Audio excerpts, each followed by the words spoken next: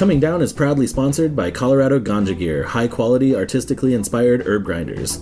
So let me tell you, these things are great. I actually own one. My favorite part is the perfect consistency you get after grinding. Some grinders just pulverize your herb into dust, but the razor-sharp teeth and smooth action on these always leave you with perfect, fluffy, evenly ground herb. The craftsmanship is top-notch, made from aircraft-grade aluminum to guarantee you won't get metal shavings mixed into your herb. But the best part, truly, is each grinder features original artwork created by Colorado artist Lori Beatty. She creates unique mandalas that are laser-etched into each magnetic lid. And each grinder comes in a silk bag and has free shipping. So just go to etsy.com/shop/Colorado Ganja Gear and enter the code Coming Down in all caps for $5 off, or go to the show notes for this episode and follow the link. Thanks and enjoy the episode. Hello everyone and welcome to Coming Down. I'm Matthew, joined here by my co-host Nathan. Well, hello. Here we are, buddy. Yeah, totally. How's your week been, man? Oh, it's been hell on earth, oh, yeah. as I've described to you. Yeah, we won't get into it, but boy, no. you had a rough time Yeah. at the old pretzel mines. Oh boy, yeah. As I've said, we won't burden our listeners with more Matt's job is hard stuff, but for real, you know, it definitely put me through my paces, and my patience was tried. But hey, but here we are, man. it. Yeah. We're here, we're hanging out, we're drinking beers. Exactly. It all pays off eventually. Just putting it in my little pocket full of PTSD. Oh man, there's a pun in there somewhere, but I'm not quick enough. Oh man, so how about you, man? What's your deal? Oh man, well, I feel like I finally shook this sickness. Oh right, like the plague was upon us the last time we spoke. Oh my gosh, man, it just like felt like it lasted forever, and you know, not looking for pity, but such is the burden of a cigarette smoker when they get a cold. You know, it's like, yeah, that cough will just last about 3 more weeks than it needs to. So yeah. Oh dude, so back to back, I got pho one day and I spiced the motherfucking bejesus out of it, and then the next day I ate Korean food for 2 meals and got a bunch of kimchi, and then it was like the brain slug finally fucking slid out, you know? You finally spiced it on out of there. Exactly. Oh, it was glorious. I mean, I don't want to gross anybody out any more than I already have, but it's lovely to get my sinuses back. Yeah, know? Man. Yeah, and I just kept having these just lingering symptoms where, you know, it's like, okay, I'm kind of feeling all right, and then all of a sudden I just wake up with a raging sore throat again. Like, come on, how is this happening? Brutal, dude. No, and I mean, like, I talked about how I got pink eye, and it's like, okay, everything was fine. I took all the antibiotics for the requisite amount of time, and then, you know, and then after that, all of a sudden I was getting like mucus in my eye again, so I started like taking the doses again. It's like, Jesus, oh my god. But yeah, I think I'm finally free and clear. I actually feel pretty decent. Do you close your bedroom door at night? We do. Cool, because your cat could be, you know, just lecking at your eye. Oh sleeping, yeah. You know? No, our cat's exactly why we keep our bedroom door closed. I believe that. She'll just terrorize our room. Yeah.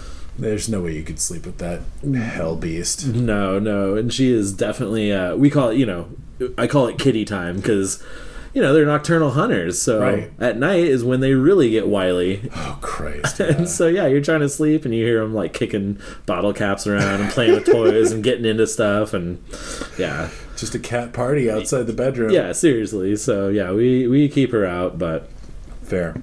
I certainly would. So. Crazy shit that I read today. Did you see that Aunt Becky's going to jail? What? Yeah, have you heard about all this? No. So so there's this huge scandal. Oh no, I'm sorry, Aunt Becky. Yeah, absolutely, yeah. She's going to jail. Yeah, Lori Loughlin, the actress, the Aunt Becky from Full House. Like, so her and Felicity Huffman are the 2 big celebrities that were indicted in this.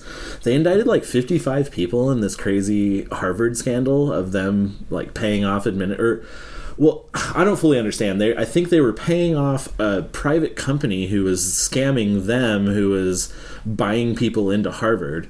And so there are a shit ton of people going down for this. I mean, if what I've gleaned from late night comedy hosts is correct, then they were getting coaches to say that their children were athletes. Yeah, and falsifying kind of their credentials to get them into these prestigious schools. And also maybe getting them scholarships. I don't I don't know all the ins and outs of it, but I sort of ignored the whole story because I was like, okay, scandal.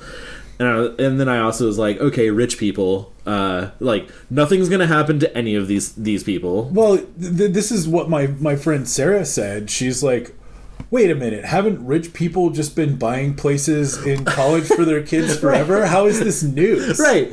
Why is everyone outraged? Yeah, it's like, oh, we uncovered the thing that everyone kind of already knew was happening. Yeah. So, yeah. But I read this article today that apparently the judge who's trying this case is not having any of it. And, nice. Yeah, and so, like, they're looking at, well, maximum punishment for this is 5 years in jail. That's not going to happen. Of course not. But the prosecutor said that they could easily face 6 months in jail for this. Aunt Becky's going to jail. What a world, man. Yeah, dude, I would be willing to bet that she can defer that to like house arrest, fines, and like, you know, some full house arrest service. Yeah. I knew you'd find it. There we go. Set them up, you knock them down. Yeah. But yeah, I don't know. I just read that. I was like, no way. They're actually going to throw the book at these people. That's crazy. Some judge was just like, hell no. Hell no. God damn it, Aunt Becky. Right? Yeah. Wait, she was dating Bob Saget on the show, right? No, John Stamos. See? Yeah, I knew it. Yeah. No. Yeah, and she, you know... It's the Stamos curse. Right? No kidding. Oh, boy. But yeah, I don't know. That's all my news for the week. I just found that so fascinating. That Aunt Becky's going to jail. Oh, yeah. I mean, that's news, you know? Well, and even just that these, like, rich people in power are actually going to get punished for this. And, yeah, I mean, I guess time will tell. Like, they'll probably find a way out of it and whatever, but...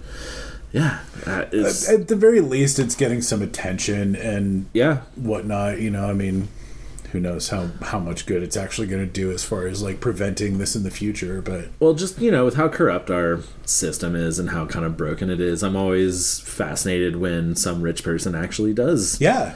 End up in jail. Like, exactly. Like when Pharma Bro. Oh, yeah. When Shkreli finally went to jail, I was kind of. Have you heard the postscript to that? Well, I just read that he got thrown in solitary confinement because he was trying to run his business from jail. He was secretly running his business from jail, so he's in the fucking hole now. Yeah, damn. That's gnarls, dude. Like, it seems like maybe he'd do better in the hole. I don't know, man. That dude doesn't seem cut out for prison. Yeah, I mean, I'm pretty sure he wasn't part of the general population anyway, but... And he's probably in some fucking white-collar prison anyway. Like, surely. There's no way they're putting him in some fucking maximum security fucking... No, it seems unlikely. Know? I mean, there's a pretty broad spectrum of what prisons are like. And when it's white-collar kind of stuff, it's usually kind of a dormitory sort of environment. No, it's true. And, you know, in fairness... There are certain people that shouldn't be in with the violent criminals. Oh, God, no. I'm not suggesting that he gets in there with the shanks, you know? Right. Like, dude. Whew. Yeah. He would get stomped by some boots real fast. Oh, yeah. Oh, yeah.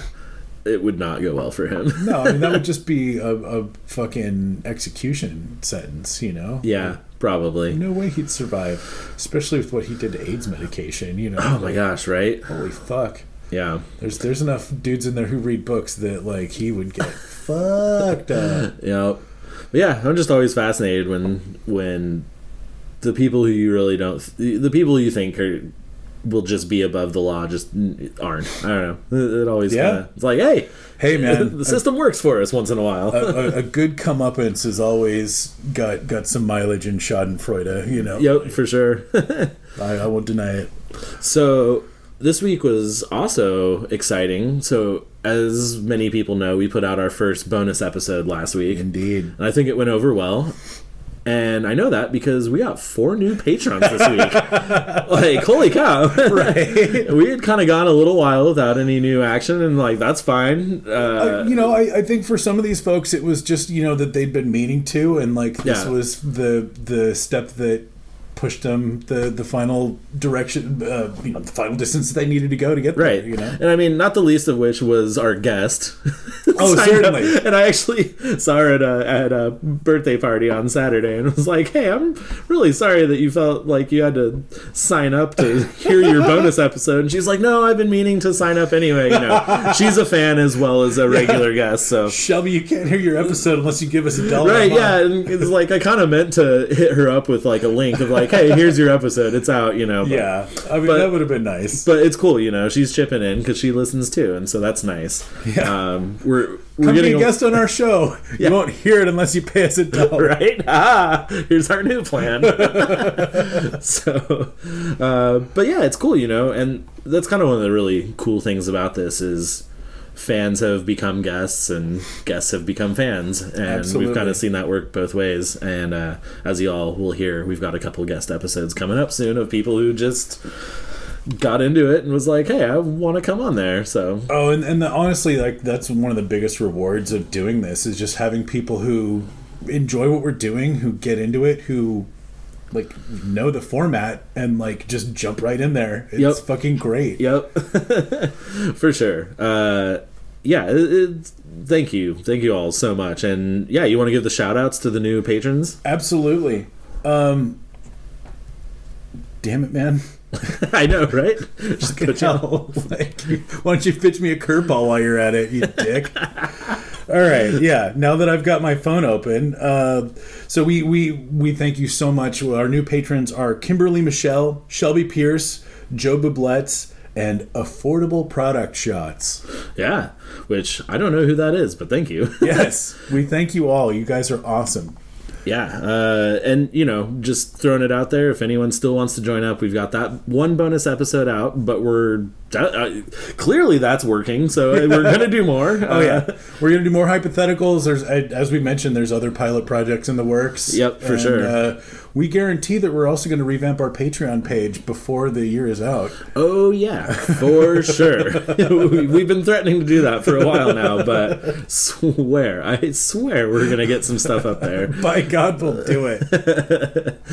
Without letting this intro get too long in the tooth, there is just like one little thing that I want to say about the episode that we're airing today, and that's just that, part of what we're going to get into is like some medical stuff that has to do with getting older. And I just want to say, like, myself and a lot of other people that I know have, lived some kind of wild lives, I mean, like, that's what this fucking podcast is about. Yeah, for sure. Airing some of that shit. And like, part of that is not believing that the world is going to be around for much longer, and thinking that, like, fuck it, let's have fun before it all burns down. And, I didn't think I was going to make it past 27. I mean, the nihilist in me still sort of lives on that, kind of that idea of like, well, none of it matters at the end of the day. We're not going to be around that long. Hey, man, I mean, like, I still feel that way too. But, the fact remains that I'm sitting here 40 years old. And I thought that, like, my 20s were basically going to be it for me.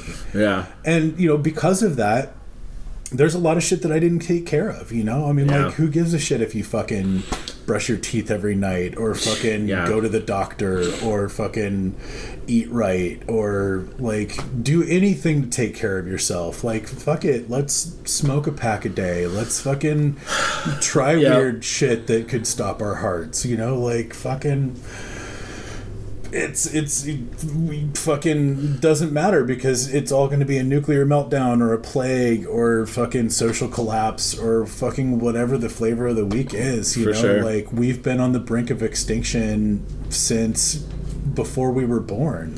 Like, oh yeah, everyone has felt this way, and yet we're one giant rock in space away from total annihilation every day of our lives. Absolutely. So, and yet somehow, like, we're still on the timeline that exists. Yep. So, I'm just saying to those of you out there who are nihilists like us, who like really don't give a fuck because we're pretty sure it's all going to end tomorrow, like, that's fine. You gotta live your life that way to a certain extent, but god fucking damn it, if I would have done literally anything to help myself out now, I would have benefited so much from that. So, like, man, I'm just saying, fucking get a checkup, fucking, you know, exercise, fucking eat a vegetable, brush your teeth, like, fucking don't ignore those stomach pains for 20 some odd years. Exactly. Like, you know, if there's something that's bugging you, like, fucking do something about it, man. And like, if there's something that you want to do, you know, like with your life, but you're like, man, fuck it, it's all going to be over tomorrow anyway, like, fuck that. Do that thing that you want to do until it's over. Like, just fucking live your life as though the world is never going to be, as though the world is never going to end, but also be prepared to die tomorrow. Yeah, I mean, and that is so tricky to do, but I mean, you're dead right, you know, and that's a thing that I think a lot of people have a hard time balancing. Right, and you know, we've all been like fucking hanging 10 on one edge of the fucking spectrum, you know, and like, I'm just trying to let a little bit of that other shit into my life so that, you know, if I actually do have the lifespan of my predecessors, then I'm going to be around for at least as long as I've been here. Sure. And if you think of it that way, like, I'm staring down the other half of my life. Yeah. And I got to figure out what I want to do with that. So, I mean, sure, like, resource collapse, fucking environmental collapse, nuclear war, fucking actual just boots on the ground war. There's tons of stuff that's like looming just on the horizon. But fuck it, man, like, here we are. Let's do something with our time instead of just playing Nintendo until the fucking roof caves in, you know? Yeah, for sure. And I mean, that was part of the thing with starting this, and as I've talked about before, of like, hey, just do a thing. If you have an idea, just do it. I mean, your first one's always going to suck anyway, you know? Like, the first episode of a podcast you record is going to suck. The first time you pick up a guitar, you're going to be bad at it. The first, absolutely, you know, poem you write is going to be terrible. But just start somewhere and get the ball rolling, and you'll feel better for it knowing that you gave it a shot. Absolutely. And that will give you a lot of solace at night, especially if you are kind of the I won't say pessimistic, but if you're just the nihilistic thinking of just like, yeah, it could all end any day now and none of it will matter, you know? Well, it matters right now. And, you know, I'll join you up on the podium here for a second. Get there.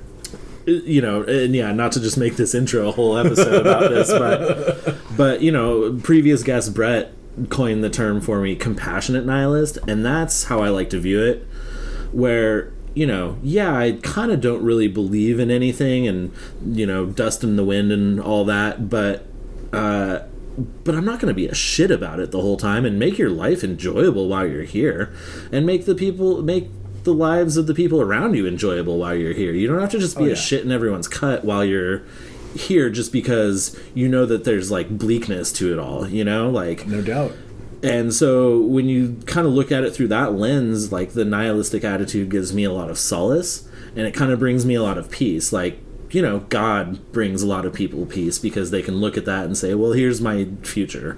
And the sort of the compassionate nihilistic view brings me peace because I know that, hey, I can do the best that I'm here and treat the people around me the best that I possibly can while I'm here. And if it goes away tomorrow, then it's fine. None of it matters. We won't be around to give a shit. Yep.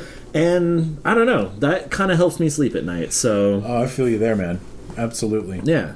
Well, right on. Yeah. I'm just saying, you know, don't give up hope. Like, yeah, totally. Just keep at it, because what the fuck, man. But I think otherwise you're just waiting to die. You know? Yeah. But I think your original point stands very true, especially in relation to this episode. Like, yeah, get yourself checked out. Take care of yourself. You know, live your life, but you know, take care of yourself. Absolutely, man. Because like, here's and like, ultimately, the reason I bring this up is just because, you know, I know people who have family members from previous generations, not even necessarily our parents' generation, but, maybe just one or two generations behind us, like, who had similar perspective. Like, they were teenagers in a time when atomic annihilation was right around the corner. Yeah. And so they just never took care of themselves, Right. Just like, fuck it, like, every night could be my last night on Earth. And now,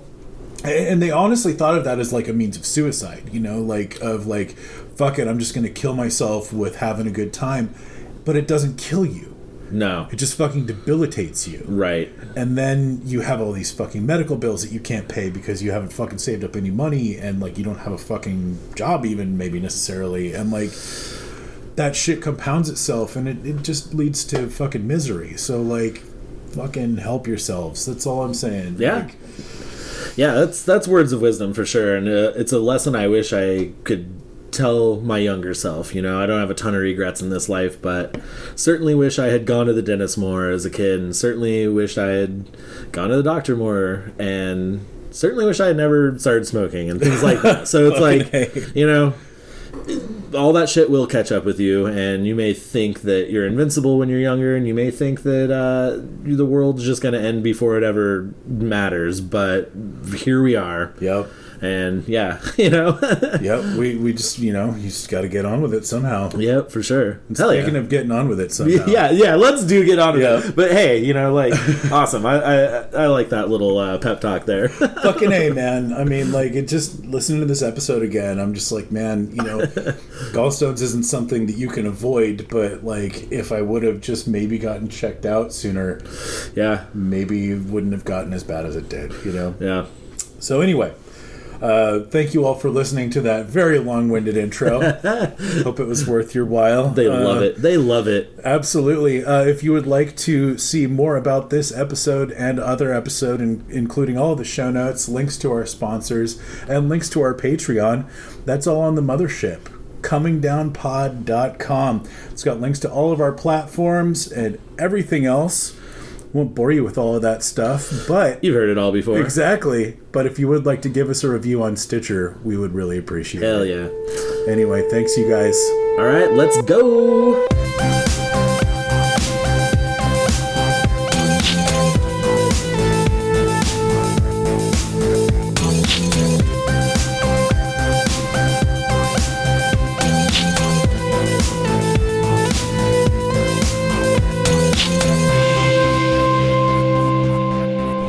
Like Prometheus as a get high and laugh at it movie, fucking genius. Yeah.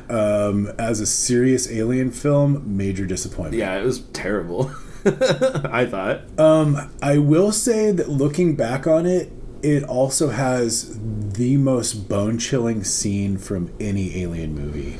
And that's when she's trying to cut the thing out of her in the surgery module. Yeah. I mean, that was pretty terrifying. It's the most tense fucking scene out of all of them. Yeah. And they fucking nailed that shit to the wall. Yeah. Like, you gotta give them credit for that. Yeah, for sure. Everything else, laughable. Yeah. Well, just, I hate movies where you just can't understand the motives of any of the characters. Like, what are any of you doing? Why would you do this? Right? You have a bong built into your space helmet. Why would you take it off? Right. Yeah, right? Fuck's sake. Yeah. Never take off your helmet. Yeah, no. Totally. Especially when everyone's telling you not to. Oh, it's cool. We can breathe in here. That's not why you leave your helmet on, dingus. Fuck's sake. Nice. I always think of which war movie is that? I think it's Saving Private Ryan, where like dude takes a bullet to the helmet and then he's like, oh, I'm still alive, and like pulls his helmet off to like look at his helmet, and then gets shot in the head. And you're just like, God damn it. Dumbass. You poor bastard. Oh, man. Except then there's the line in what is it? It's Apocalypse Now, where they're in the helicopter, and the guy's like, "Why do you sit on your helmet so you don't get your balls shot off?" Yep. Then he takes his helmet off and sits on it. Always thinking. Yep. Oh shit! All right, right on, man. Well, you got a tail. I do. I'm gonna grab another beer and then I'm gonna rip this one. All right, man. This would be about 2008, I want to say. Been living here for a few years. Had just finished up my computer science degree. And I'd been looking for a job for, I believe, 8 months at this point. I had been putting in, I hadn't exactly been flooding the fucking internet with resumes, but I've been very diligent about doing at least a token number a week. Like, I was every week putting out resumes. Some weeks it would be like a dozen. Some weeks it would be 2. But, Yeah, still doing work every week. I was looking for work. And, as you can imagine, after several months of this, my finances began to dwindle. And because you're just unemployed. Yeah. Yeah. And I hadn't been working while I was going through school. Like, I was, had some financial aid as well as some support from my folks. Like, it was... Do you have loans? Nothing's huge, but, like, yeah. Oh, yeah. And, like, those are still kicking haunting around? me to this day. Oh. Yeah, so I was getting close to the end of my rope. And I've been having these stomach aches since I was a kid, right? And the first time I remember having one that was really memorable was in Corvallis when I was like 4 or 5 years old, probably like 5.5. Oh, wow. And we're watching TV as a family, and I've got this stomach ache, and like I keep rolling around because like it feels better if I'm on one side, and then it starts hurting again. I roll over and go onto another side, and it's okay for a little while, and then it starts hurting again. And I tell my folks, and they're like, well, why don't you just go to bed? And I'm like, yeah, okay. So I go to bed, and I feel better the next day. And this happens again, like off and on for the rest of my life, like just occasionally I would have a stomach ache that would generally start towards the end of the day. Now, what kind of stomach ache? Like a nauseous stomach ache? No, just kind of an ache. Yeah. In my abdomen, Okay. like just kind of like this dull ache. Huh. Not like acid reflux. Sure. Just pain, Ugh. just kind of not like a throb, just like this constant ache. And like I said, sometimes you could lie on a different side or just lay down.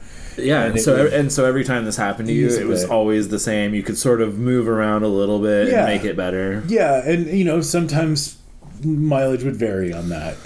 Sometimes you just couldn't really do anything about it, and it would like hurt worse and worse. And like I just kind of learned that if I just went to bed, it would kind of hurt for a little while, but then I'd eventually pass out, and I'd wake up and I'd feel better. Weird. And then it would just go away for extended periods of time. Sometimes more than a year at a time. Like I would have these stomach aches. And then I think, somewhere around like 10 or 12 years old or something, like my mom kind of noticed that I'd been complaining about these stomach aches regularly, and my sister was having headaches. So she took us to this Sikh nutritionist woman. I forget her name, but she had this really cool Sikh name. And she laid her hands on us in various places and breathed and, figured out what was wrong with us. Oh, boy. And prescribed a specific diet of, things that we could eat and things that we couldn't eat. And, it was things like we couldn't eat peanuts and, stuff like that. I can't remember a lot of the other things because peanuts was really the most important thing to me because it meant I couldn't have peanut butter. Yeah. And also couldn't have bread. So like one of the things that I was getting in my lunch at that time was like peanut butter and honey. I'm sorry. Sunflower butter and honey burritos, which I hated. It was the worst. And I would get things like frozen peas, just like a sandwich bag with frozen peas in it in my lunch. And I actually learned to love those because they weren't that bad compared to some of the other shit I was eating. No, I mean, it's not that bad, but when you're in elementary, you know? You whip that out at the lunch table next to kids who are eating pizza, you're not going to live through that, man. Well, yeah. Your friends bust out their Lunchables and their whatevers. Yeah. The kid who's got the fucking Lunchable and a fucking little Hostess fucking snack pack. Like, that kid was laughing down his nose at me, you know? your sunflower butter and honey burrito, like all sticky in a little baggie, you know, like no, not gonna live through that lunch period. So that wasn't super great. But how long did that go on? How long did they keep you on that diet? So it went for a few months, and then we went back, and she put her hands on us again, and then figured out different lists, and like. Then there were some things that I could have that I couldn't have had before, and vice versa. And I know that we got better after that somehow. I'm pretty sure we just like told my mom that we weren't having any more problems. Yeah. Like, can we please just not go back to this crackpot? Yeah. So she's like, cool, you can have peanut butter and bread again. I was like, oh my God. I'll never have another stomachache again. Or like I'll suffer a stomachache to get a decent sandwich. Yeah, I'll tell you what, you'll never hear about me having a stomachache ever again. Just don't let me near that woman. My God. So it was just some like holistic chicanery nonsense. I mean, like, I'm not trying to throw any shade at any type of belief system, but I'll throw shade at holistic bullshit. But man. My God, like she would put her hands on us and say hold, and then she would breathe for a minute, and that's how she figured out that I couldn't have peanuts. So weird. Like, that sounds like mumbo fucking jumbo to me. Well, she was just going to. I mean, allergies is probably her thought. It was like, they're allergic to something, so we'll just try and knock out the common ones. Yeah, I mean, sure. That's my guess. It works for me. So yeah, like, or maybe she consulted the bones and fucking. The bones tell me nothing. The bones say no peanuts. Oh God. So that was the only real attempt that was ever medically made at curing my stomach aches. Fuck, really? And so then just decades of... Well, so, ostensibly I was cured. And I didn't really think about it too much after that. And honestly, after about puberty, like, maybe it was the growth spurts, who knows, like... It just didn't really affect me too much after that. Like, maybe once in a great while, I'd be like, oh, fuck, it's one of these again. That's crazy. Yeah. And, But it wasn't, like, debilitating either, right? Like you said, you could just sort of sleep it off and be fine. And I mean, like, there was times when it was fucking painful, Like, I would lose a little bit of sleep for a while until I, like, eventually passed out or whatever. And that was the thing, is, like, it would ramp up. The pain level would actually ramp up. It would start off like you almost couldn't tell it was there until, I'd finally go lay down and I'd be like, oh man, fuck, Yeah. But by that point, I was usually so tired I'd just pass out, like I said. So anyway, as an adult, these stomach aches, though very infrequent, would occasionally be like, oh shit, like, damn, did I eat something? Like, is this also acid reflux? Like, I had no fucking chalking idea. It up to anything you can. Yeah, because I mean, I also occasionally would get acid reflux or whatever because I eat like a fucking hobo sometimes, But like, who the fuck knows? Like, right. I drink a lot. I fucking get the munchies and eat weird things. Coincided with taco night. I don't know. Yeah, so like there was a lot of variables. Never really put two and two together. Anyway, so like I said, it's 2008 and. I've been looking for work for a long time, and I get one of these fucking stomach aches. And I'm hanging out with my roommates, Doug and Lindsay, up in their room watching TV. And, like, eventually I'm kind of like, ugh. I got a stomach ache. I'm going to go lay down. And they're like, oh, okay. And I wake up the next day and I'm still in pain. And I'm like, oh, that's fucking weird. And, you know, I'm dicking around on my computer, just doing my usual shit. And, you know, eventually Doug comes home from work and he's like, how you doing? You know, and I'm like, fucking stomach still hurts. And he's like, this one you didn't sleep it off. No. It stuck around. Yeah, and like through the next day, and he's like, well, that's weird. And we're like, you know, hanging out, playing video games, whatever. And, you know, like the next day, I haven't slept. Like, I fucking stayed up kind of tossing and turning all night that night because it hurt really bad. Damn. And then that morning, I remember laying in bed and, like, flip-flopping, you know, trying to find the side that I could lay on where it didn't hurt so I could maybe catch a little nap or something. And eventually I realized that I don't have a side that I can lay on where it doesn't hurt. Oh, no. And I've tried all of them. You know, I even laid on my stomach for a while because maybe that'll work. Yeah. Who knows? Even though that's never worked. And so eventually I get up and I just kind of start walking around because that kind of at least takes my mind off of it a little bit. Yeah.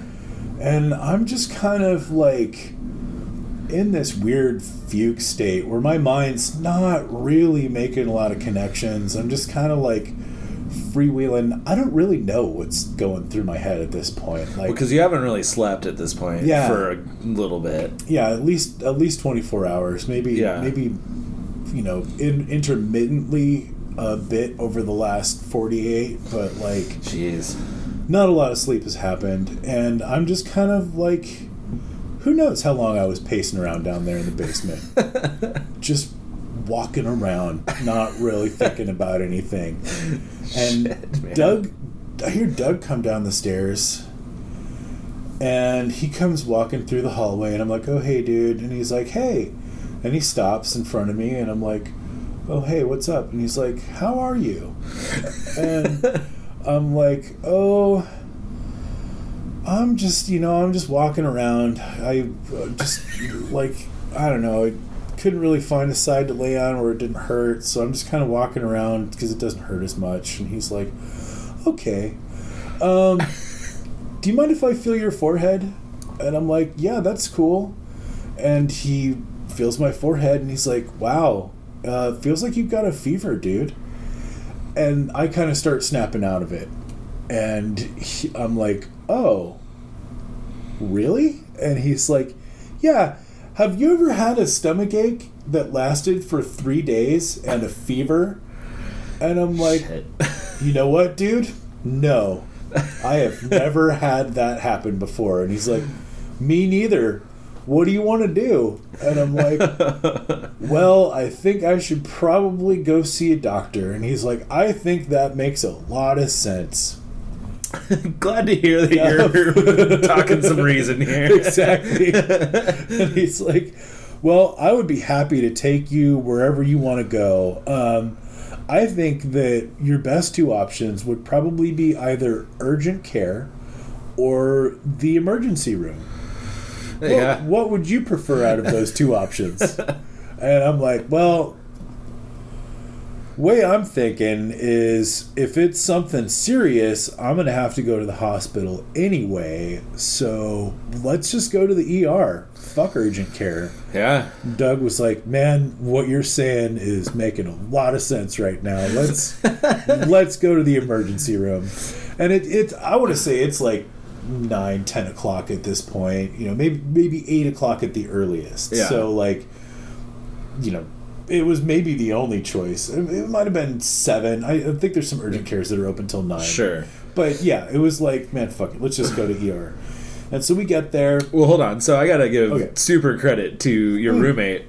No, I meant to do this too. Yeah, absolutely. Like, way to be so cool and so calm and just rational and like talking you through it. Yep. Because some people would just freak out and be like, "We gotta get you to the shit right now," and then you're like, "Oh, why?" You know. Exactly. But yeah, no, I got to give huge credit to Doug. Like, Doug is a great caretaker and like fucking nailed that shit. His mom's a nurse. Nice. Okay. She trained him well. Yeah. So, you know, kudos to her as well. Yeah, because, good on him to not panic you and just be like, hey, man, something seems to be wrong. Yep. Just casual. Yeah, let's just take a trip. Like, whatever. Casual ER trip. Yep. We're just going to get you to the hospital. Yep. Just no big deal, right? Yeah. Yeah, it was pretty great, the way that all went down.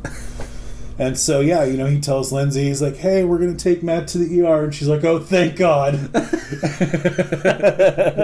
She's seen you, wandering around. Yeah. And, I don't know. Well, like I said, they saw me the first night, and I didn't look too great, I'm sure. And, because it hurt the first night, and then, still hurting the second day, and they kind of see me all kind of...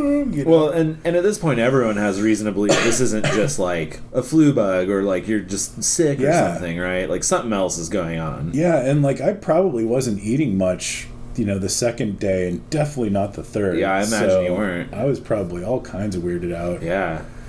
So, boy. Yeah, so we get to the ER, and I kind of toddle up to the front desk and, give them all my info.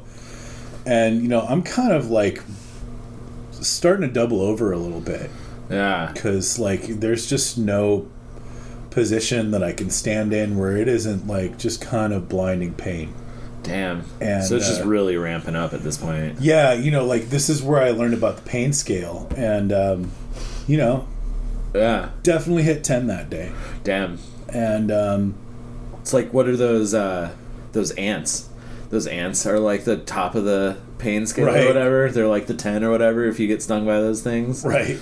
Yeah. and I mean, who knows? I could probably find pain in my life that's going to be, more excruciating than that. But, up to that point, I've broken my femur. I've done some gnarly shit. And this was,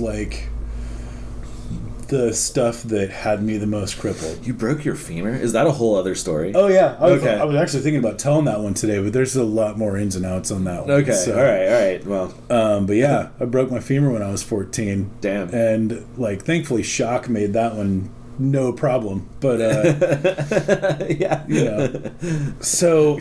Go human body. Right. So they're checking me in. They're checking me at the hospital, and I'm doing my best to navigate this whole, front desk situation. And, Doug's got my back, but, I have to give them all the info, because I'm the one who knows all of it. And so we finally get through that, and they're like, okay, we'll have someone with you as soon as we can. And, I go and I sit down, and Doug's hanging out with me, and at some point, oh no, that's right, no, it's 2 or 3 hours of us just sitting there in the ER. Oh shit! So you get checked in, but then you're sitting around. Yeah, and then finally they come and they get me, and they put me on a gurney and wheel me in the back, and there's not really anywhere to put me. So it's really less of an emergency room and a more of we'll get to you eventually room. Oh yeah, I mean it's Providence, it's a good hospital, yeah. But it was busy as fuck that night. Yeah. Sometimes ER is just fucked. Yeah, yeah, totally. Yeah. So they finally just got me on a bed and just kind of put me on the side in the back somewhere. They're just damn, we don't have a room for you yet, but we've got you in now. So we can start your paperwork and figuring out what's wrong with you and schedule some tests or whatever. And so at some point during that process when I was in the back, the pain goes away. And they come back to check on me, and they're how's the pain now? And I'm actually I'm feeling okay now. Huh. It went away, and they're that's cool. That's good, but if you still want some morphine, we can give it to you. And I'm actually, I skipped a part here. They got an ultrasound on me. Okay, yeah. They found out that I had gallstones. They found out that my gallbladder was infected because a gallstone that was much larger than my gallbladder duct had become stuck in the opening on the duct, and all of this bile had been backing up, and all this infected tissue was starting to swell my gallbladder, and shit, I was basically at the point where it was going to burst, and they thought they were going to have to do emergency surgery. But I passed the gallstone. Whoa. And there was still tons more in there, but like more stones, yeah, and bile and whatnot. But I passed the one that was like right at the fucking duct that was plugging everything, and so it relieved some of the pressure, but it was still infected and still full of gallstones, so I had to remove it. But like, you know, the pain went away for a little bit, so you know, like, thank goodness. But yeah, so because they knew that I had a gallbladder infection and gallstones, they were like, even though you passed the stone, you still qualify for morphine. Do you want some morphine? And I was like, you know what? And that was the other thing is Doug, like, once I went in the back, Doug was like, I gotta go, man. Like, gotta go take care of the kids, blah, blah, blah. And I'm like, yeah, like, you're in... Absolutely. You're like, in their hands now. You're already a saint for getting me here. Like, thank you. And so when they offered me morphine, I said, you know what? I'm here by myself. I have to make all of my own medical decisions. Like, I'm not in any pain right now, so I'd rather keep a clear head so that I can make the right choices when the time comes to direct my treatment.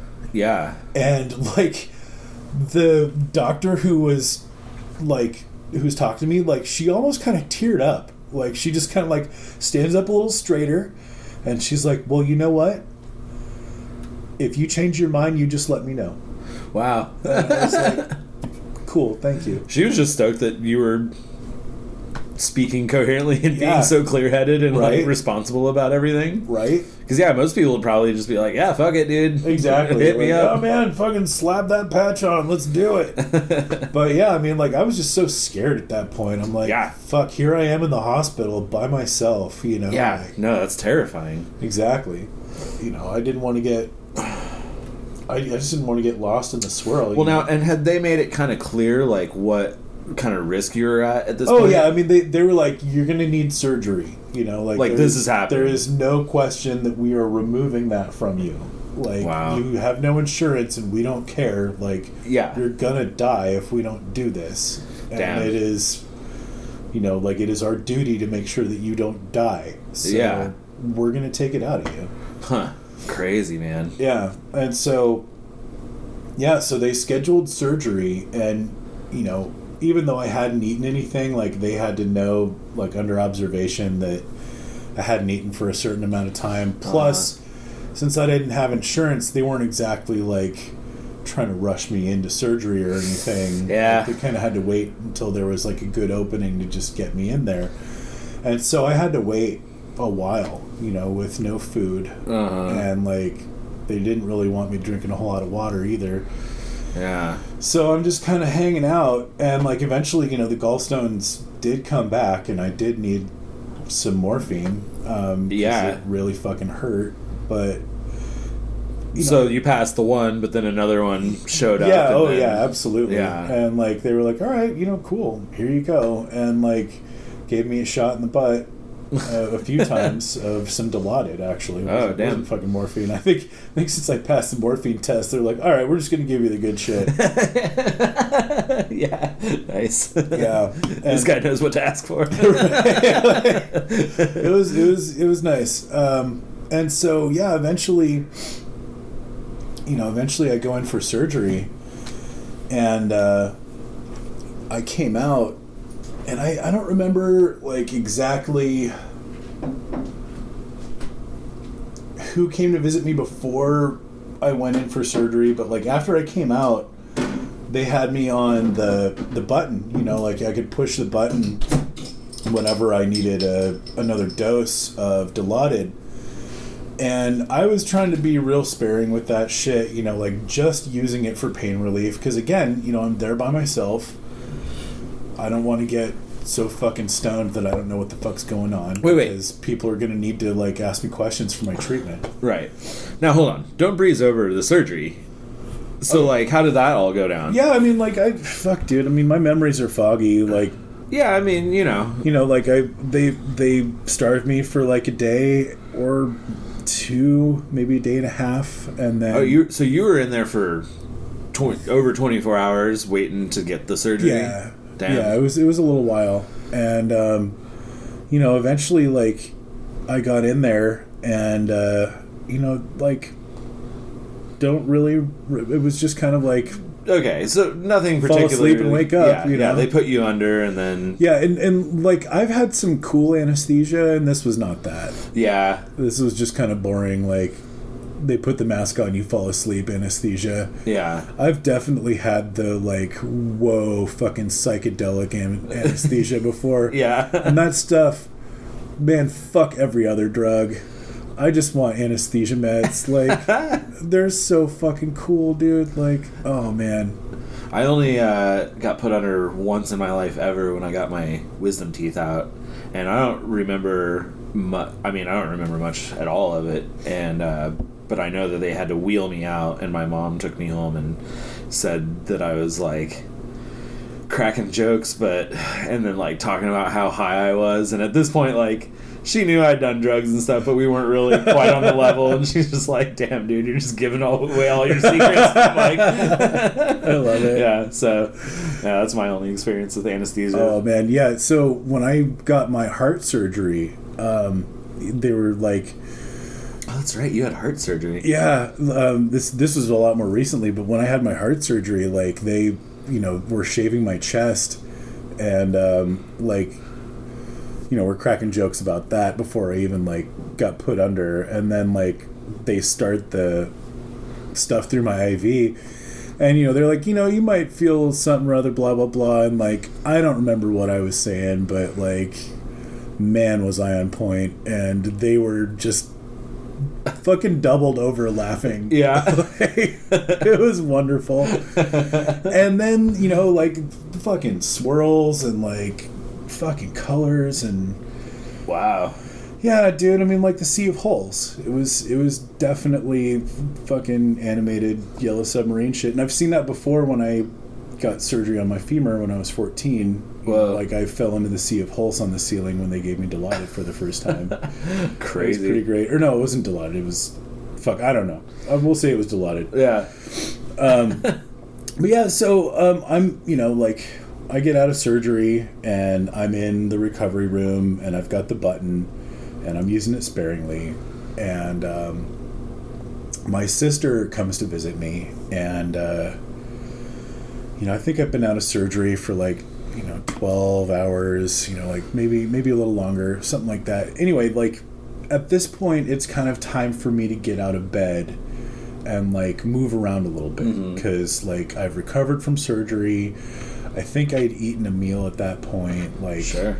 You know, they want to like get your bowels working again. And so it's a pretty reasonably quick recovery. Yeah. So from this procedure. I should probably mention that like this is a laparoscopic procedure, which is where they do an incision down on your groin and up on your upper abdomen, and then they just use, or I'm sorry, not your groin, like the bottom of your stomach, like. And then they insert like a couple of tubes and then they just puff up your stomach cavity with air. Like your skin gets lifted off of all the guts. Whoa. And then they've got like instruments that they put in through those little incisions and they can just fuck around all in there without actually opening you up. Whoa. Do they have like a x-ray or like they got fiber optic cameras.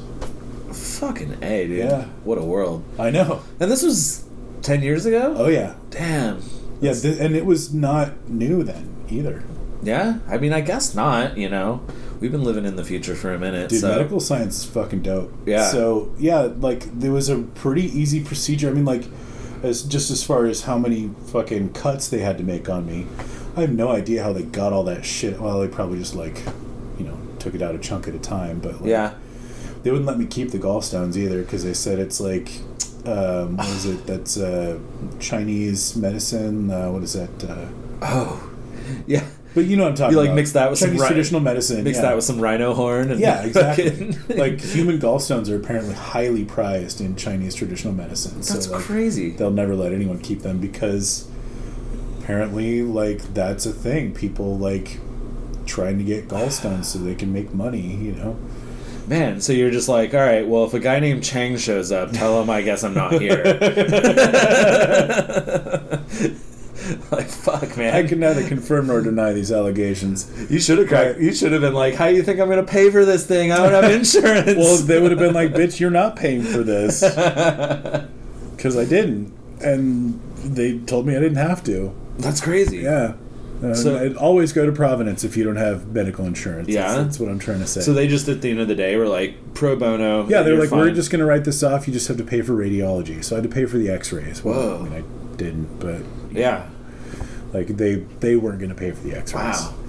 Wow. But yeah, so I'm in the recovery room, like fucking watching shitty cable, and like, some of my fucking rad friends came to visit me. Scott and Michelle brought me coconut rice from fucking Civilaya, and like, Doug and Lizzie showed up and brought all the kids and said hello.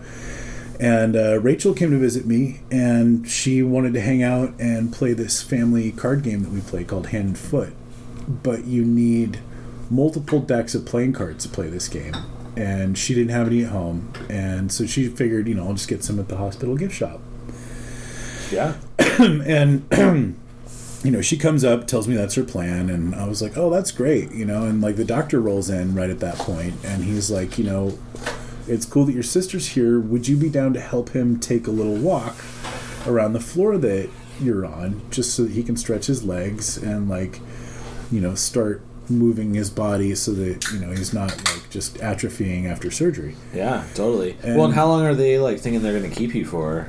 Only as long as they have to. Yeah. And that's part of why it's like, even though you're still like, get in him pain, moving. like, Let's get him moving. Exactly. Move him right on out the door. Yeah, as soon as like I've moved my bowels and I'm not in a whole lot of pain, like they can just sweep me out. Yeah. And so she's like, oh yeah, like I'm totally down to help you take a walk. And the doctor was like, okay, you're still not that far out of surgery, so you are going to still be having some pain around the surgery sites, so you're going to maybe want to dose up a little on the pain meds before you take a walk.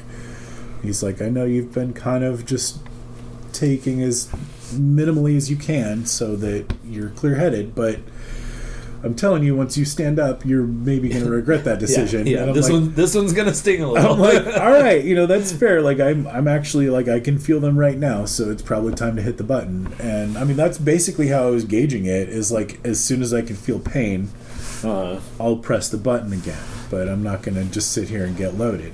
Right. So, my sister's like, all right, so here's the plan. I'm going to go down, and I'm going to hit the gift shop. That's probably going to take, like, 10, 15 minutes? That button pops up every 5.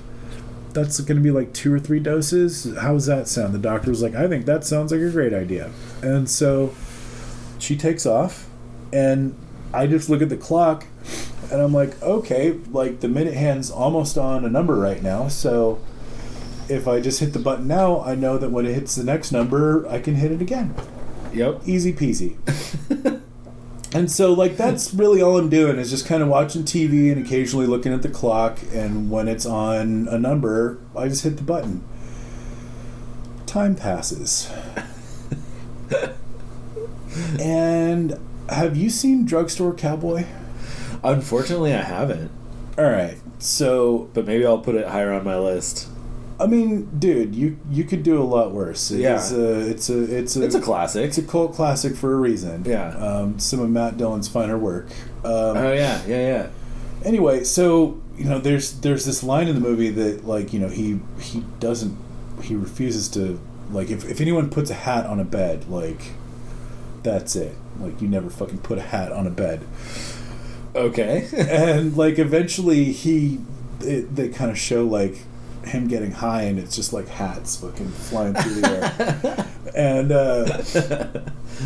man, I tell you what, I fucking got it. Yeah. I got the whole hats thing. And like I get the whole transcendental junkie thing now too. Like I eventually hit that button enough that I was no longer in this world, and it was pretty wonderful. Yeah. And eventually Rachel comes back, and she takes one look at me and goes, "Oh my God, are you okay?" And I'm like, I'm real good. Yeah, I was fucking flying, dude. So what happened was Rachel went to the gift shop, and for whatever reason, the only decks of cards that they had were pinochle cards. That's not going to work for Hand and Foot. No, that's not a regular deck of cards. No. So she was like, okay, plan B. I'm going to drive to 7-Eleven. Somehow 7-Eleven only had pinochle cards. Or maybe they just didn't have playing cards. Either way, she drove to QFC, which is just down the street as well. They didn't have shit. And so now she goes into full planning mode, and she's like, well, Fred Meyer's just right over there. Oh, man. Eventually, she gets the playing cards together.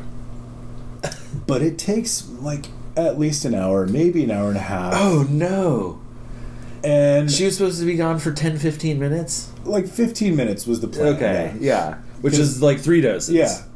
And I probably got 5 times that in. Because you just lost track of time. Yeah, I was just like looking at the clock and hitting the button. Oh no! And, eventually I got so high that I wasn't thinking about how many times I'd hit the button. It was just kind of like, time to hit the button again. Well, because that's your only thing, right? That's all you're doing, right? Just like, oh yeah, every 5 minutes I'm supposed to hit this. I have one job. Yep. Yeah, I hit button until sister comes back. Look at clock, hit button. Look at clock, hit button. Oh shit! We got there. Man, like I tell you what, intravenous Dilaudid, and like that was the other thing too. Is I think that they, with most people, there's a limit. Like you can only hit the button so many times in an hour or whatever. And maybe there was an upper limit to how many times I could hit the button, but I certainly didn't find it. Damn. Yeah. It was impressive.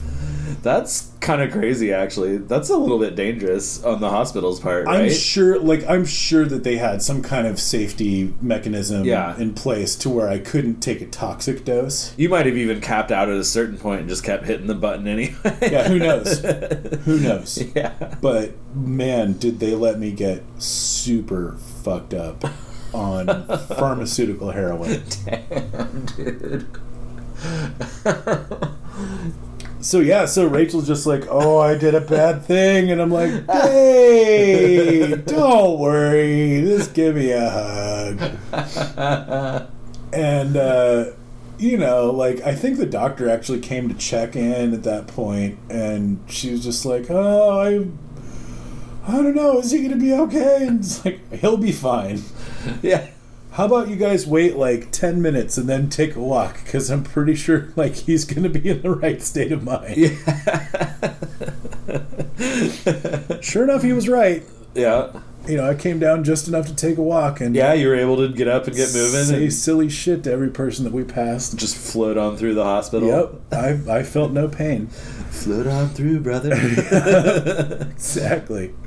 So yeah, we took a little walk, came back, played some Hand and Foot, and... eventually she went home. Next day, Doug and Lindsay came by and went and smoked a joint in the parking garage. Came back and... while you were still checked in? Yeah. And came back and I'm in my bed and one of the nurses comes in. She's like, hey, so the chaplain's going to be coming by.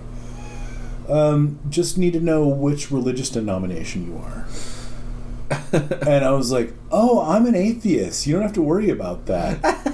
And she gets this weird look on her face. And I kind of like cock my head like, was that the wrong answer? And wait. Oh, man. Okay. It's a Catholic hospital.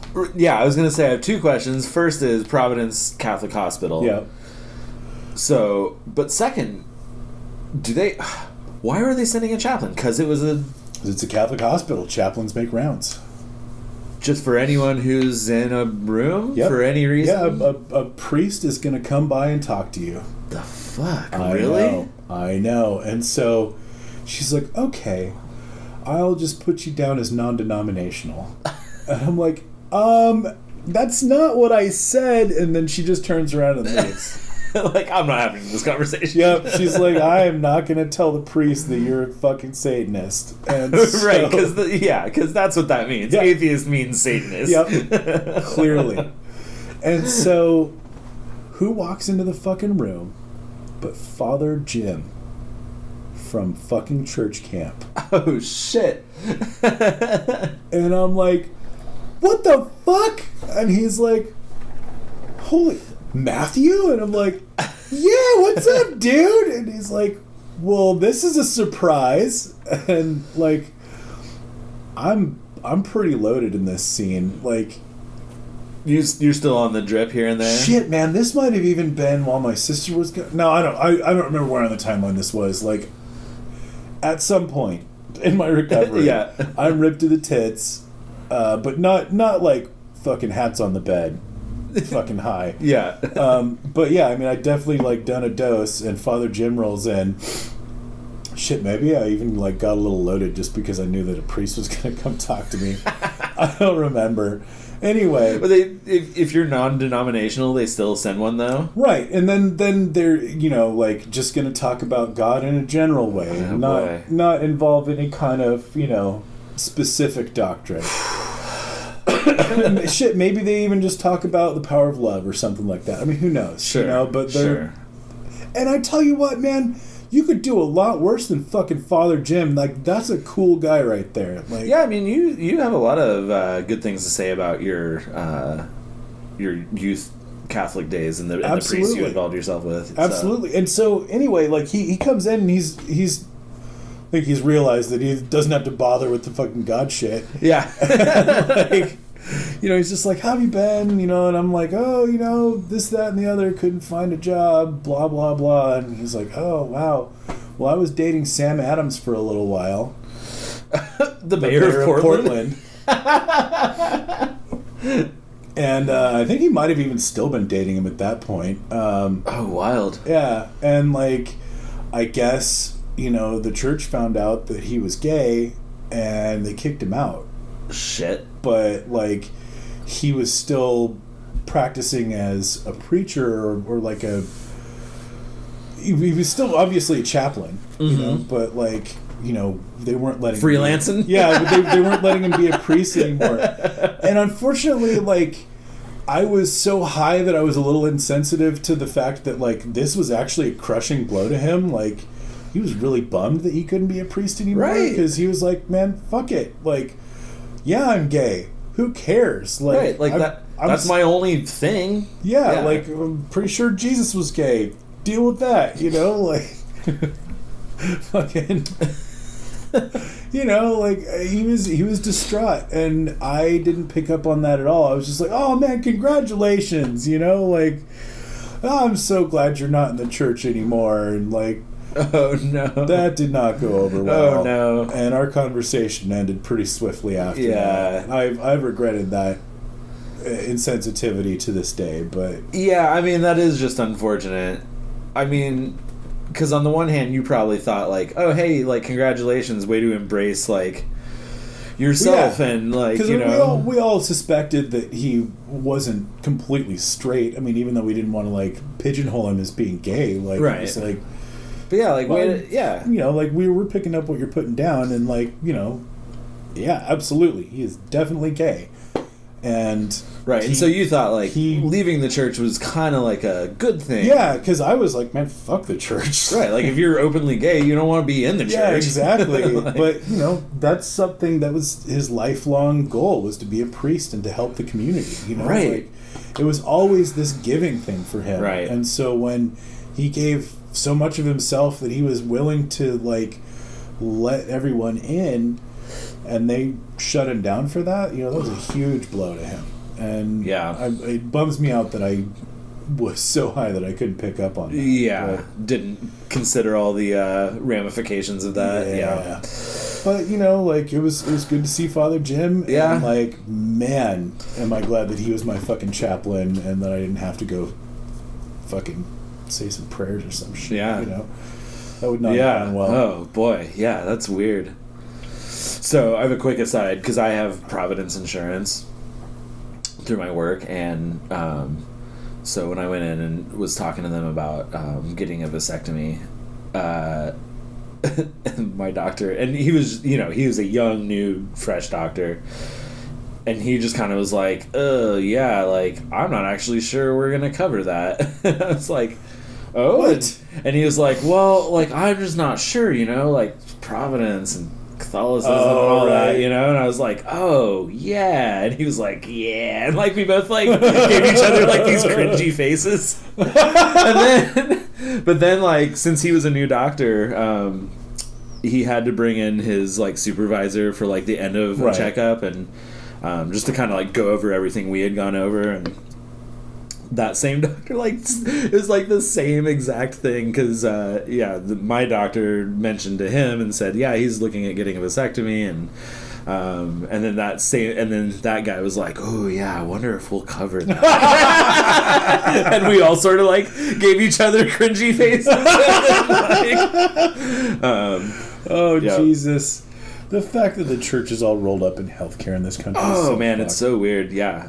And I mean, Providence is great insurance. Oh, yeah. I've had great experiences with them, and obviously you got pro bono surgery, so... And I mean, fuck it, dude. Like, as far as... Put that on Jesus's tab. As far as religions are concerned, like, at least they're building hospitals instead of just trying to take money like the Scientologists, like, fuck. Yeah, no shit. Yeah.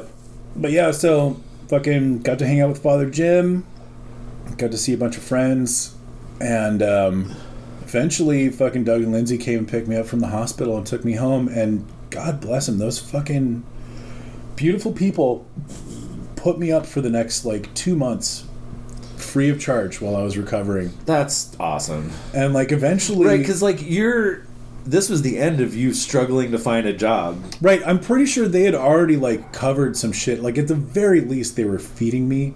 Yeah. If not, like, kind of giving me a break on some bills, because, like, I'd been struggling for so long. Yeah. But, yeah, like, then that shit hits. And it's like, well, what the fuck else are you going to do, dude? Of course we're going to let you live with us. And you still have, I mean, you're out of the hospital, but you still have recovery time. Yeah. No, I mean, and even with laparoscopic surgery, like... I've been fucking bedridden for several days, and I have incisions, and they've rearranged my fucking guts. Like, right. Yeah, it's going to take some time to get everything back up and running, right? Yeah, I mean, I don't remember what exactly my recovery time was supposed to be. I think it was like a month and a half or something like that before I was supposed to be able to lift more than 20 pounds. Right, before you're tip-top. Yeah, and so I mean, at least a month and a half, and I want to say like 2 months, of them just like helping me out, and then I fucking took a dishwashing job at Pix, like my sister fucking hooked me up. It was nepotism, like, pure and simple. Yeah. But for a dishwashing job. Yeah. Damn. And then, like, that has just continued your service industry. Oh yeah, that's how I got back into service. And, like, initially when I was doing service industry stuff, like back when I was younger, it was all back of house, like, kitchen stuff. I thought that was where I belonged. I was a gnarly dude and couldn't be trusted with the public. Yeah. But yeah, so got a job dishwashing at Pix. Managed to, like, start paying some bills, and eventually moved out of there. And years later, I had some pretty great weed connections, and I was like, hey, I know I've owed you guys like a few $100s for a long time, and they were like, dude, shut up, don't worry about that. And I was like, no, but I mean, like, do you guys want an ounce of weed? And they were like, fuck yeah, we want an ounce of weed. Nice. So, hell yeah. Like, I managed to at least make a token effort to pay them back. Nice. And, back then an ounce of weed was actually worth a few $100s. Sure, so, like, totally. But yeah, so at one point, and this is one reason why I like to tell this story. At one point, I mean, like, a couple of months or something after I got back on my feet, Lindsay had gallstones as well. Oh no. And she had fucking kidney stones at the same time.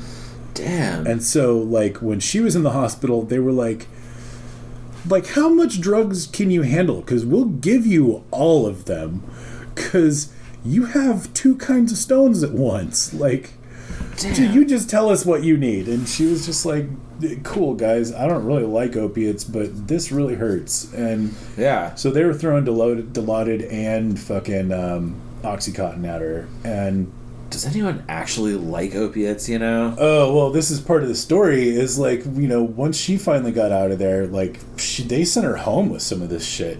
And they sent me home with Oxycontin. Like, they didn't give me Dilaudid, but, like, I had a fucking bottle of Oxycontin for a long time.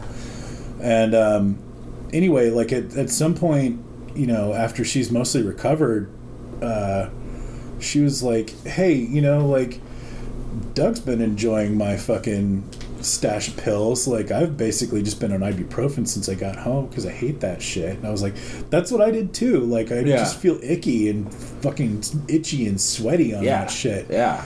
And she was like, yeah, I know, but like, man, fuck it. Like, Doug seems to have a good time with that shit. Like, you want to just like fucking see if we can have fun with this just one time, just right, so that we can like really know if it's worth it or not. And I was like, you got Dilaudid, right? And she was like, yep. And I was like, I'll be right upstairs. And so we crushed a couple and we swallowed a couple and like did a fucking fair amount, you know, like enough to really get a good buzz on. And you know, she's fucking watching TV, and like I'd watch a little bit of TV, and then I'm fucking playing video games, and like we're smoking weed, and like just fucking sweating. And, like, you know, I'm like fucking can't stop my nose from itching, even though I'm constantly scratching it. Oh like, man. You know, eventually I look over and I'm like, you want to fucking do another one? She's like, yeah. Yeah, like, no, this is just a huge disappointment. And I'm like, yeah, me too. She's like, yeah, I don't know, man. Like, maybe you need to have different brain chemistry for this or something. Because, like... You must, because I've never really done opiates in pill form, but I got some legitimate opium back in the day and have done that a handful of times. And I've had great times with opium. But I also kind of had the same reaction where it was just like... It was sweet. I was super fucking high for like, you know, an amount of time. But then, yeah, icky is the only way I can describe feeling. Right. Kind of everything surrounding it, you know. And then the next day I'm moody and like already feeling kind of like the addiction factor of it. And it's just like, fuck this, man. Yeah. Well, I guess. Yeah. Yeah. Ugh. I guess with opium, like whenever I did it, it was like... You know, I would smoke one bowl with opium on it, and then smoke several bowls the rest of the night. It wasn't like I was like every bowl had opium on it, you know? Oh, yeah. Well, see, and yeah, when you top some weed with opium, that's a little different, because I think you just kind of get a little extra high. Right. I'm talking, I was just smoking pure opium. Oh, okay. And like, you know, and I only did that a couple times, and one time I did it hard because I was like, I want to know what this is like. Right. Like, I was like, I'm not even going to smoke any weed all day. Like, I want to know what pure opiate is like. I want to know what this is all about. Like, no other effects, no other anything. Fucking A, man. Just sat and, like, me and a friend of mine just, like, split a gram, and we were just like... There you go. That. Let's get to the bottom of this. Yeah, totally. And I mean, fuck, dude. I mean, I'm not going to lie. It's, like, probably the highest I've ever been in my life, you know... Sure. We were just talking being high, you know, and it was wild, but yeah, but like, boy, I didn't feel good after the fact or the next day or even the day after, you know, and it was just like, well, fuck this. Oh, yeah, exactly. No, man, and, you know, like, I'm not trying to throw shade at anyone who, like, enjoys getting high on that shit. It's just not for me, you know? Like, yeah, I mean, I'll throw a little shade. 'Cause, like, you know, there is an epidemic. There's a problem, you know. And certainly, but I don't think that the problem is the users. You know, the problem is the fucking pharmaceutical companies and the doctors who are sponsored by. No, you're right. No, if you enjoy it, like, enjoy it and be safe. Exactly. You know, handle it and enjoy it. If you can't handle it, you know, fucking check yourself. Yeah, please get help. Please get check help yourself, if you have a heroin problem. I heard a fact today that opiates kill more people than car accidents now. Wow. So that's a serious problem. That is actually an epidemic. Yeah. Yep. Fuck, man. Yeah, and I mean, dude, honestly, I feel really lucky. Like, coke makes me paranoid. Fucking meth makes me feel insane. Yeah. And fucking heroin makes me feel gross. Right. So, like, those are the three big ones, and I just dodged them because they don't work for me, you know? Yeah. Like, No, I feel the exact same way. Yeah. Exact same way. Tried meth once. I was like, well, this is fucking awful. this is what it feels like inside of a crazy person's head, you know? Like, Well, yeah, no, totally. I mean, the way I described it was like, because it really didn't feel good at all. It was just sort of like, imagine if I could drink 100 Mountain Dews, you know, like, or like 100 cups of coffee. Oh, and man. you're just sort of like crawling out of your skin and just like right. real awake and real, Right. you know, and like, I don't know, fuck that. Though. I mean, don't get me wrong, like, I've had good times, like, with all the drugs that I've done.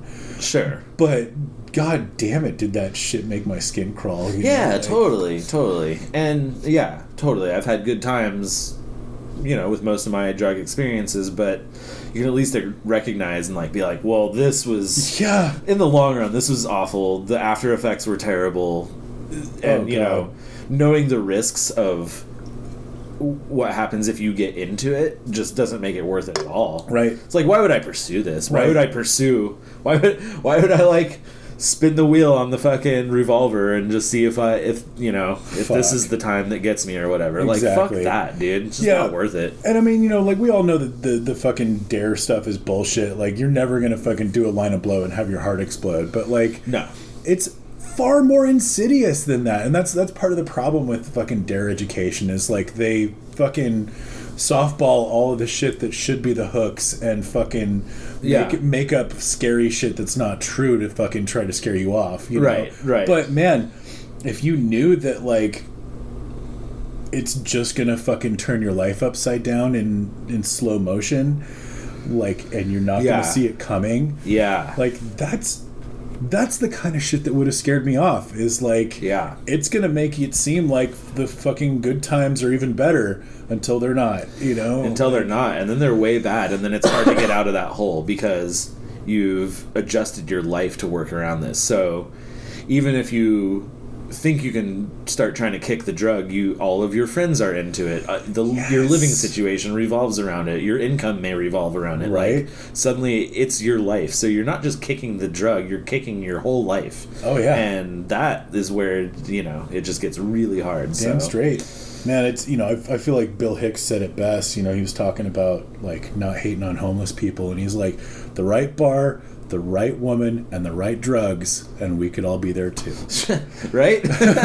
No kidding, right?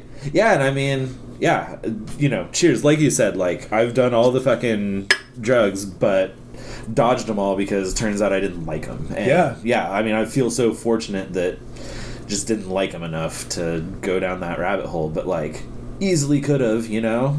There was nothing stopping me except my own self. Absolutely. It was all available, and there were people who wanted to party on that shit with me, you know? And it was just kind of like, Yep.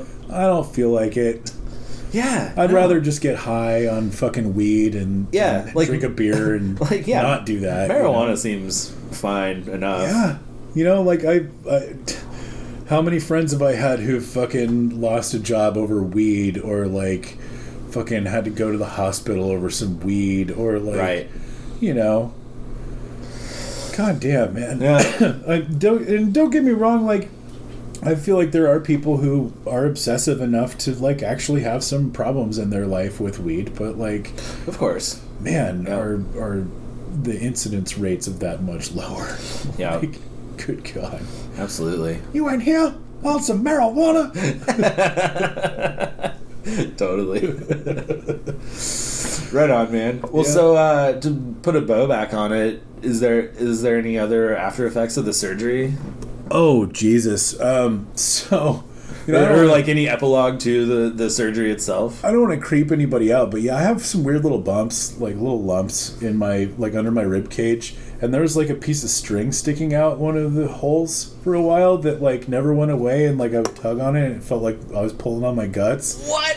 So eventually... Wait, did they do the, like, mesh stitches? Was it that, like, weird mesh thing to like stitch you up, or did they actually stitch? There were no stitches. Okay, so they must have done something, right? Well, they had to like tie some shit off inside, yeah. But like I think there was just like one piece of string that was just kind of poking out a little extra that they didn't cut off enough. What? And so one day in the shower, I tugged on it as much as I could stand, and then cut it off with some fucking sewing scissors, and like it healed over. But you can feel there's just like this little something like right underneath my rib cage that you can move around. God, that made me so uncomfortable. Oh, that's like a Cronenberg scene. Like, oh, what's this little string? And then you start like pulling it out in the shower and like, oh yeah, oh God, all the nightmares, dude, all the creepy crawlies. Like it sets my toenails on edge just thinking about it. Dude. Oh God. I didn't know that was the point of this story. Yeah. Okay. So I have a little chest burster just gestating. If I'm ever like, oh, my stomach feels weird, just, get out of the blast radius is what I'm saying. No, I'm going to pull the ripcord, dude. Fuck, man. That's wild. But no more stomach pains. No, and interestingly enough, this was a concern of mine post-surgery, because I'm not getting a shit ton of information because I'm kind of like fucking third string here with not having insurance. Right, so, like, I'm kind of relying on and dude, like, let me just say right now, all of the fucking nurses in the world work harder than anyone else in the fucking medical profession. Fucking A. Like, nurses deserve all the credit for fucking everything. And so my nurses, I'm just like, hey, is there any info that you can give me on this? And like, none of them really knew anything because they're, first of all, they don't have the fucking time to give me any advice on this shit. Secondly, that's not their job. Right. Like, they're helping me recover. My doctor is the one who's supposed to give me all of the fucking medical information, and they're probably not supposed to do that because it's on my doctor. But one of my nurses had her gallbladder removed. Oh, wow. And so she's like, well, it's different for everybody, but for me, I can't eat tomato sauce now. And I was like, that's a fucking issue because I love Sunday sauce. Yeah. Fuck. And so, like, I stewed on that for a little while. And then, my doctor was kind of like, giving me some of his final notes. And I'm just like, what kind of dietary considerations am I going to have to make after this? Like, I understand that I'm probably not going to be able to do as many, like, fried foods and that kind of thing. And he gives me this weird look, like, what the fuck are you talking about? And he's like, no, I mean, you shouldn't have any dietary issues. And I'm like, oh, because I thought, like, bile. And he's like, no. The gallbladder is a vestigial organ that no longer serves any purpose. Right. We would just remove it anyway, but it doesn't make any sense to do invasive surgery for no reason. So we just leave it unless it becomes a problem. In your case, it was definitely a problem. So we had to remove it. Yeah. But it serves no function for modern humans. And I was like, oh, okay. And I didn't really think about it too much after that until one day I was like, man, what the fuck? What the fuck does this thing even do? And so I looked it up, and, like, the theory goes, back when we were hunter-gatherers, we would chase a fucking mammoth for, 20 fucking miles or something like that. Sure. Incidentally, they also theorize that that's where the runner high comes from. Oh. Like, you're just so fucking bone exhausted after 10, 11 miles that, like, your body has to give you endorphins and shit to keep you going. Yeah. And that was, the folks who developed that fucking mechanism are the ones who survived because they were capable of chasing a mammoth until it was exhausted. Right. And so anyway, like, we would chase a mammoth until it just couldn't fucking run anymore. We'd corner it, kill it, and then you're so fucking exhausted and probably starving too, because, like, we had to get pretty goddamn hungry to want to fucking chase an elephant down. Yeah. That you just start gorging yourself on its fat and blood. And mostly it's fat, because that's just pure calories, Like, that's just going straight into you. And so you fill your stomach with fucking pure fat, And like regular just amounts of stomach bile aren't going to take care of that. So you've got this huge pouch full of bile that will break down that big gut full of fat. Whoa. And you only need it once every now and again when you chase down a fucking mammoth. Whoa. So that's why it was this bladder that would just fill up over time and then, you know, could release in a big gush. Whoa. Huh. That's the theory. I mean, like, good luck testing that. But yeah, and I mean, yeah, totally. Huh. Wild. So yeah, I have not had to change my diet at all. I don't get stomach aches anymore. I still get acid reflux from time to time, but it's pretty rare. Yeah, but I mean, beer drinking, spicy food eating people just do. So. Oh, and holy shit, do I fucking just turn my shit red with sriracha. Like, yeah. It does not matter. Oh, yeah. No, I get so crazy with the spice. With the spice. I like the spice. Yo. Oh, yeah. Huh. Wild, man. All right. Well, shit, yeah. That was, that was a good one, man. That was a good one. Right on. Well, until next time, dude. Cheers. Cheers.